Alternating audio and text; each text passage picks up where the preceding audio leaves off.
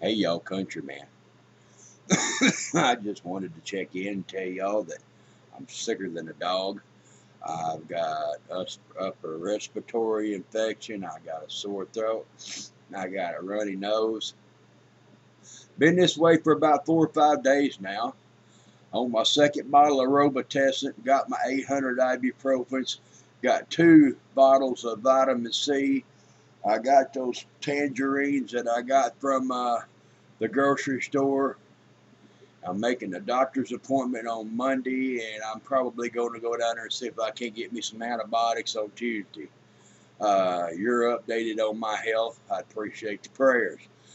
Now, y'all remember last month when I done all that sauerkraut and I was whittling on that stuff for 3 days? I got 8 gallons, between 8 and 10 gallons of sauerkraut over fermenting. I gotta check see how many jars I got. If not, first of next month, I'm probably going to buy more jars and do a can up that sauerkraut. The good thing about sauerkraut is you can leave it in a bucket and it don't get nothing but better. Uh, it doesn't have to be refrigerated. It can sit right there. It's going to continue to ferment. It's going to continue to get, what do you want to call it, stronger or whatever. I keep looking at myself because I got my camera down below. I need to be looking at the camera. But I got my sauerkraut going. It's doing okay. And I had a knife, and I'm sitting there last month, and the knife I used was this one right here. It's just an old knife. The handle's even broke on it. I don't know if you can see it right there, but the handle's broke. It's plastic. And what is this, a Faberware or something? Anchor. It's a halfway decent knife, but my rock that I was using to sharpen it, ain't the best in the world. And I said, if I'm going to do 100 pounds of cabbage ever again, I'm going to get something that's, excuse my French, worth a damn. So I went down there in South America on that river. What's the name of it? Oh, Amazon, and talked to them natives, and they sold me a knife for $11.21, free shipping. Their company is Update International. This is a 10-inch professional, 10 centimeter, I guess it is, but it's a 10-inch knife. And I'm going to read the directions before I show it to you. It is a manufactured precision steel, old profit grade cutlery, and a skillful hand bone to deliver sharpest edge, maximum cutting performance. Features in white textured poly handle, safe, blah blah blah, and German steel, German stainless free, high carbon steel with molybdenum, razor sharp, hand honed edge, ergonomics, no slip. You know them white handle knives that your butcher has. Well, this is what they are. This bad boy is bad to the bone. You could sit there. I don't know if you could see it or not, but I've shaved my arm with it. This is double thick. This is a sandpaper, but look at this. Where are you at? This is bad to the bone.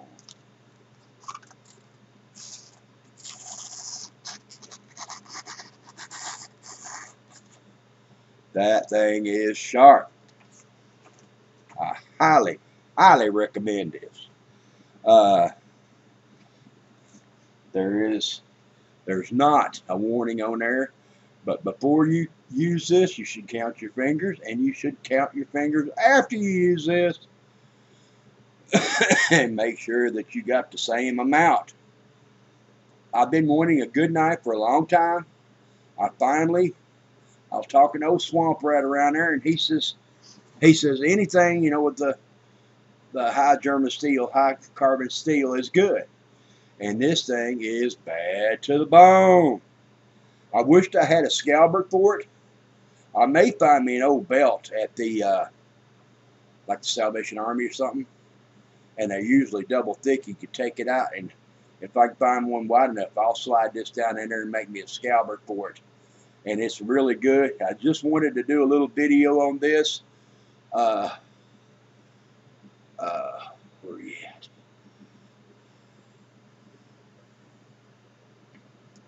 That's the knife right there. I can't get no closer, but it is bad to the bone. I don't know if I got a number on it or not. German steel X50CRMO V15, and it's a KP-500. I think that's their stock number, and it's update UPDATE. And I love this thing. It is bad to the bone. Got to be real careful, because if you drop this, it'll cut your toes off. And I like running around barefoot, so I got to be real careful. I just wanted to check in and let you know what's going on. If y'all, Scott Ray, SCOTTREA, got a YouTube channel. He's famous. I don't know, he got a couple 100,000 subscribers. He's had his YouTube channel about a year, and he cuts up beef and pork and rabbit and does cooking videos. He's different. I don't know how different, but I mean, I love watching his videos. He's a smart man. And he cut up a side of beef here today. He took a front shoulder off of a beef, and I was watching him how to do that. And I don't know how much a front shoulder of beef would be, probably 150 pounds of meat, but I would really like to get one of them. And with this sharp knife, I know it can't be much different than pigs.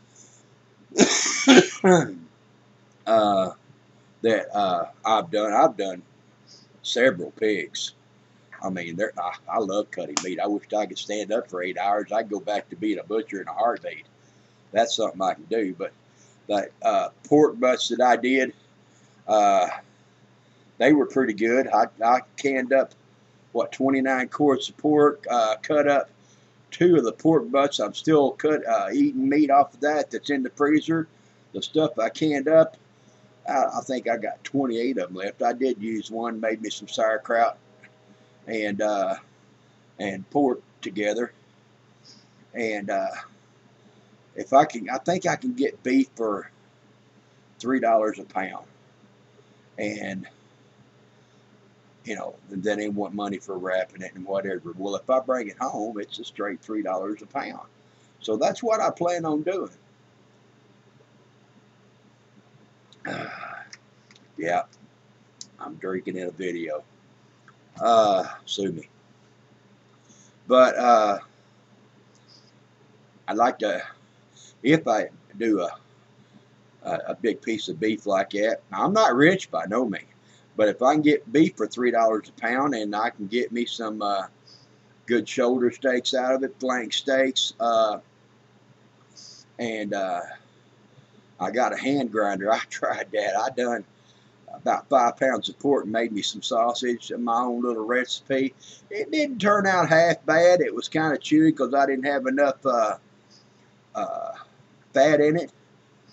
But you know, hamburger, I'd like to get me old Liam. He sells them grinders. I think it's like $129, $159 in there. I'm not sure. Love to have one of them bad boys. That way I can count my fingers again, make sure I don't shove them down the right hole and wind up with finger hamburger.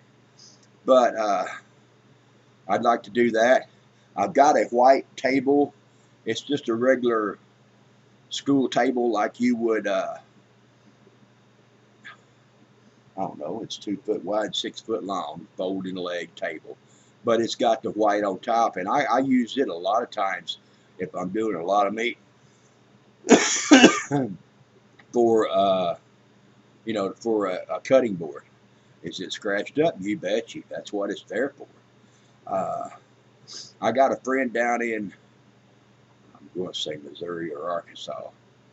His name's Razor. Uh, he makes homemade cutting boards, but that boy's expensive. He wants $250 for them, and I might have to save up my money and get one. But he does a good product. It's the all butcher block boards with the end grain up and oiled and sand, the whole bit.